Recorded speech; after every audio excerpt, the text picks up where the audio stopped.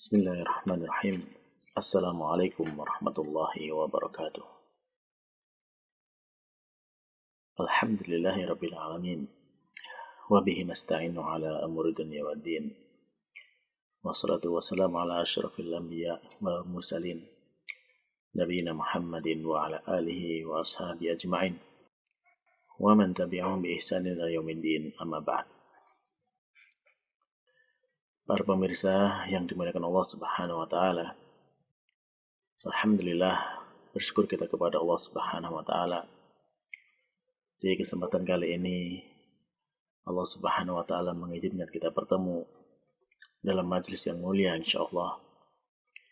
Di dalam sebuah majelis yang di dalamnya kita mempelajari tentang ilmu yang termasuk bagian dari agama kita, yaitu ilmu tentang bahasa Arab. Tentunya kita semuanya paham bahwasanya Al-Quran diturunkan dengan bahasa Arab.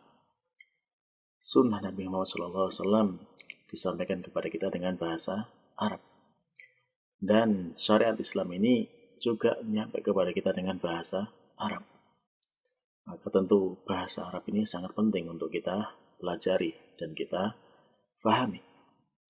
Nah, sebelum kita masuk kepada pelajaran bahasa Arab tersebut, maka alangkah baiknya kita mengetahui terlebih dahulu apa sih urgensi dari bahasa Arab tersebut, sehingga kita harus mempelajarinya.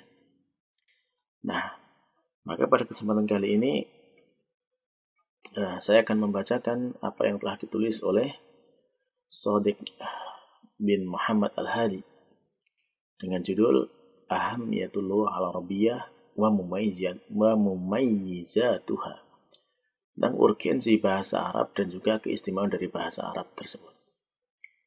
Nah, tulisan ini ditulis sebagai materi yang terpilih menjadi pemenang dalam lomba penulis di web Alukah, di web alukah.net. Nah, jadi ini adalah materi yang sangat bagus untuk kita sampaikan tentang urgensi bahasa Arab tersebut. Kita tidak membaca semuanya, hanya kita ambil beberapa poin yang kita perlu untuk kita sampaikan. Tapi langsung saja kita masuk kepada urgensi dari bahasa Arab tersebut. Nah, di sini yang bisa kita baca bahwasanya yang pertama, termasuk urgensi bahasa Arab ini adalah annal bayanal kamila la yahsulu illa biha. Bahwasanya penjelasan yang sempurna itu tidak bisa kita lakukan kecuali dengan bahasa Arab. Mengapa demikian? Ya karena kita tahu bahwasanya Al-Quran itu diturunkan dengan bahasa Arab. Sebagaimana firman Allah Ta'ala, bilisanin arabiyyin mubin, yaitu dengan bahasa Arab yang jelas. Dengan lisan Arab yang jelas. Surat Asy-Syu'ara ayat 195.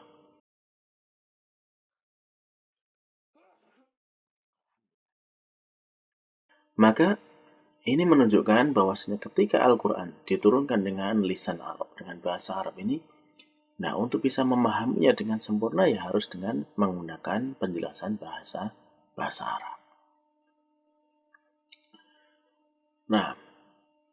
Nah, kemudian yang kedua, termasuk bahwasanya urgensi dari bahasa Arab tersebut, yakni annal lughatal arabiyyata tu'addu miftahul aslainil azimaini alkitab was sunnah.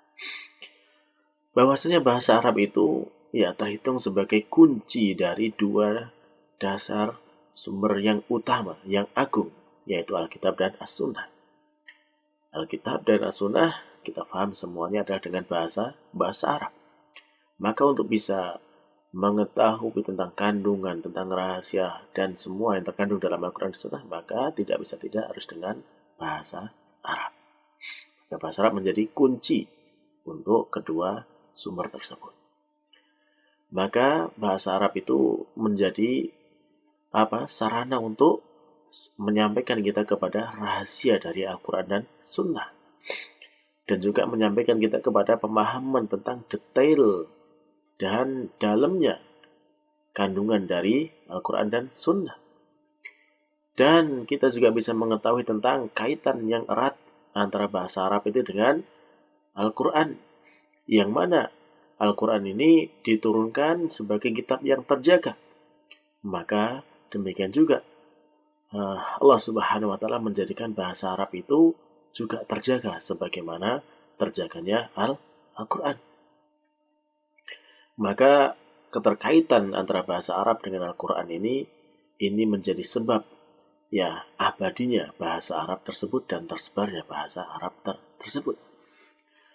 Sehingga ada yang mengatakan bahwasanya kalau bukanlah karena Al-Quran, ya tentu bahasa Arab ini ya sudah punah, tidak ada lagi. Nah, dengan demikian para salaf pun sangat perhatian tentang ilmu bahasa Arab tersebut dan mereka menganjurkan untuk mempelajari bahasa Arab. Di antaranya misalkan bisa kita lihat di dalam ucapan dari para salaf tentang urgensi bahasa Arab ini. Yang pertama misalkan apa yang disampaikan oleh sahabat Umar bin Khattab radhiyallahu anhu. Beliau mengatakan ta'allamu al-arabiyyata. Belajarlah kalian bahasa Arab. Fa innaha min dinikum, karena sungguhnya bahasa Arab termasuk agama kalian. Demikian juga sahabat Umar menulis kepada Abu Musa al-Asy'ari. Semoga Allah meridai keduanya. Di antara di sana adalah watafaqahu fil arabiyyah, maka fahamilah bahasa Arab tersebut. Jadi wa'aribul Qur'ana fa innahu arabi. Dan fahami Al-Qur'an itu dengan menggunakan kaidah bahasa Arab karena sebenarnya Al-Qur'an itu diturunkan dengan bahasa Arab. Maka kemudian Syekhul Islam Ibnu Taimiyah menjelaskan tentang sebab mengapa sahabat Umar sampai mengatakan tafaqahu fis sunnah wa tafaqahu fil arabiyyah. Ya, fahamilah tentang sunnah dan fahamilah tentang bahasa Arab. Ya, mengapa demikian? Ya karena agama ini di dalamnya itu ada pemahaman terhadap ucapan dan perbuatan. Dan memahami bahasa Arab itu adalah jalan untuk sampai kepada kita, yaitu menjadi faham terhadap sebuah ucapan.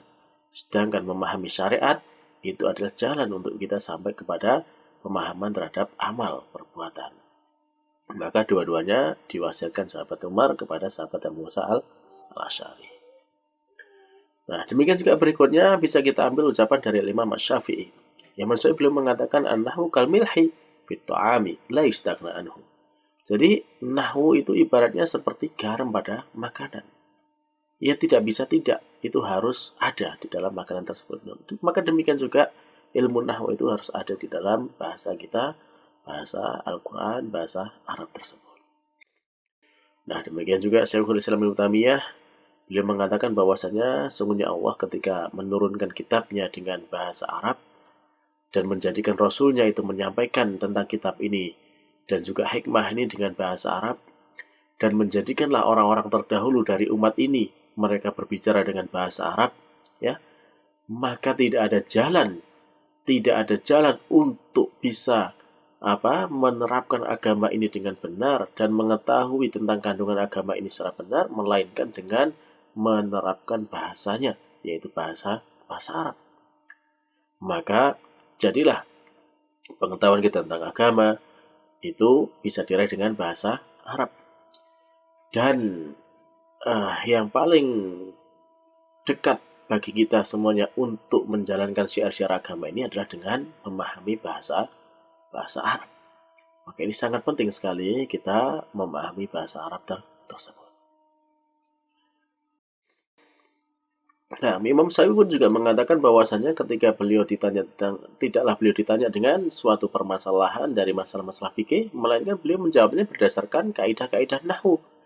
Artinya apa? Artinya bahwasanya dalam masalah-masalah fikih itu bisa dijelaskan tentang kaidah jawabannya bisa dijelaskan dengan kaidah-kaidah bahasa Arab, terutama di sini dengan ilmu nahwu.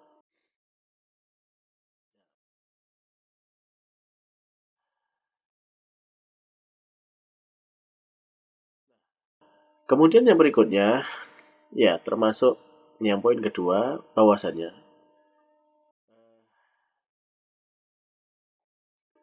ilmu bahasa Arab ini yang akan menjadikan kita bisa menegakkan hujah kepada manusia.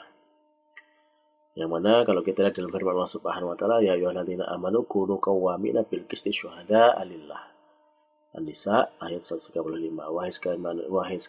Wahai orang-orang yang beriman, ya, jadilah kalian qawamin, yaitu orang-orang yang menegakkan keadilan. Ya, dan sebagai saksi bagi Allah Subhanahu wa taala. Nah, di sini difahami bahwasanya kalau kita ingin menjadi saksi bagi Allah Subhanahu wa taala, ya kita harus paham tentang apa yang kita persaksikan, yaitu tentang ya ajaran agamanya, kitabnya dan lain sebagainya, yang semuanya itu dengan bahasa Arab, dan kita bisa menjadi saksi tersebut dengan benar apabila kita paham terhadap bahasa Arab Kemudian yang berikutnya bahwasanya annal i'tiyad at-takallum bil lughah al-arabiyyah yu'athir fil aqli wal khuluqi wad dini. Jadi bahwasanya kebiasaan kita berbicara dengan bahasa Arab, ya, membiasakan diri berbicara dengan bahasa Arab, itu akan berpengaruh kepada akal, memberikan pengaruh dalam akal kita, akhlak kita, dan juga agama kita. Hal ini sebagaimana disampaikan oleh Syekhul Islam Ibnu Taimiyah rahimahullah ta'ala. Beliau mengatakan, ketahuilah bahwasanya membiasakan diri dengan menggunakan bahasa Arab, ya, itu ya akan memberikan pengaruh di dalam akal kita, pikiran kita, akhlak kita, agama kita, dengan pengaruh yang kuat dan nyata. Jadi pengaruhnya itu adalah pengaruh yang kuat dan nyata. Dan ini juga memberikan pengaruh tentang apa? Tentang penyerupaan, tentang menyerupai. Ya, menyerupai apa? Ya, menyerupai dari inti umat ini. Siapa itu? Yaitu para sahabat dan tabi'in. Ya, jadi kalau kita membiasakan diri berbicara dengan menggunakan bahasa Arab itu, kita akan lebih menyerupai dengan ya para pendahulu umat ini, yaitu para sahabat dan tabi'in, karena mereka semuanya berbicara dengan bahasa Arab. Dari asal manapun mereka, misalkan seperti siapa? Bilal. Beliau dari Afrika. Ya, bukan orang Arab. Kemudian juga ada Salman Al-Farisi dari orang Faris. Kemudian juga ada Suhaib Ar-Rumi. Ya, tapi semua ketika masuk Islam, maka semuanya mereka kemudian berbicara dengan bahasa Arab. Wa musyabatuhum tazidul akal. Dan kita menyerupai mereka, para generasi terbaik dari umat ini, para sahabat tabi'in ini akan menambah kecerdasan kita, menambah akal kita, menambah agama kita, dan menambah akhlak kita. Nah, inilah pentingnya kita membiasakan ya menggunakan bahasa Arab dalam kehidupan kita sehari-hari, karena ini akan sangat-sangat membantu kita memperbaiki akal kita, pikiran kita, agama kita, dan akhlak kita. Nah, kemudian yang kelima di sini disebutkan bahwasanya an-lughatul arabiyyah wal muhafadzah 'alaiha minad din, ya, wa hiya khasisatun 'azimatun li hadhil ummah. Dan bahwasanya bahasa Arab itu dan memeliharanya, menjaganya, itu termasuk bagian dari agama kita. Dan ini menjadi keistimewaan yang agung bagi umat ini. Sebagaimana tadi disampaikan oleh sahabat Umar bin Khattab, bahwasanya belajarlah kalian bahasa Arab karena bahasa Arab termasuk agama kalian. Nah, di sini ditegaskan lagi oleh Syekhul Islam Ibnu Taimiyah rahimahullah ta'ala. Beliau mengatakan bahwasanya ya sesungguhnya menganjurkan atau mempelajari tentang bahasa Arab itu termasuk bagian dari agama.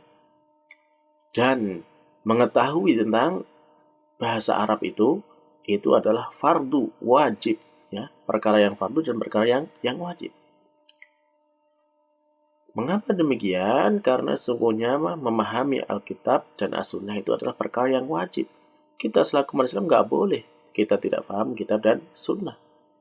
Dan kita tidak akan bisa memahami Al-Quran dan Sunnah kecuali dengan memahami bahasa Arab. Jadi, wala yufhamu illa bifahmil lughah al-arabiyyah. Maka untuk itu sangat-sangat penting kita mempelajari bahasa Arab ini. Dan dalam sebuah kaidah fikih, wa ma la yatimmul wajibu illa bi fahuwa wajib. Dan apa yang perkara wajib itu tidak bisa sempurna kecuali dengan perkara itu, maka perkara itu hukumnya menjadi wajib. Dan di sini, faham Quran dan Sunnah itu adalah perkara yang wajib. Dan kita nggak bisa memahami Quran dan Sunnah kecuali dengan bahasa Arab. Maka bahasa Arab hukumnya juga menjadi wajib. Nah,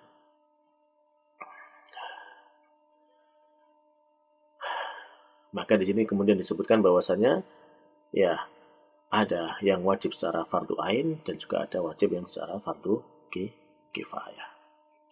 Nah, dari situlah para jamaah, para pemirsa yang dimuliakan Allah Subhanahu wa taala tentang betapa pentingnya kita memahami bahasa Arab ini. Kemudian yang keenam disebutkan di sana bahwasanya bahasa Arab itu termasuk sumber dari kemuliaan umat Islam. Nah, dan yang ketujuh bahwasanya bodoh tentang bahasa Arab itu menjadi sebab ketergelinciran.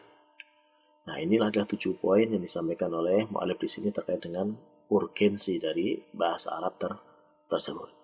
Maka untuk itu, sekali lagi bahwasanya setelah kita mengetahui tentang pentingnya bahasa Arab ini, ya tentang urgensi dari bahasa Arab ini, maka tentunya kita harus bersemangat untuk belajar bahasa Arab. Supaya apa? Ya supaya kita bisa sampai kepada yang dikehendaki Allah Subhanahu wa taala, yaitu kita memahami kitabnya, memahami sunnah nabinya, yang mana itu semuanya bisa kita pahami apabila kita mengerti tentang bahasa Arab. Baik ya, mungkin demikian untuk pengantar kita di kesempatan kali ini. Mudah-mudahan menjadikan kita semakin bersemangat untuk belajar bahasa Arab. Dan insya Allah pada kesempatan berikutnya kita akan masuk kepada kitab yang akan kita pelajari dalam pelajaran bahasa Arab kita. Akhirnya kita tutup dengan doa kafaratul majelis. Subhanakallahumma rabbana wa bihamdika asyhadu an la ilaha illa anta astaghfiruka wa atubu ilaik. Wassalamualaikum warahmatullahi wabarakatuh.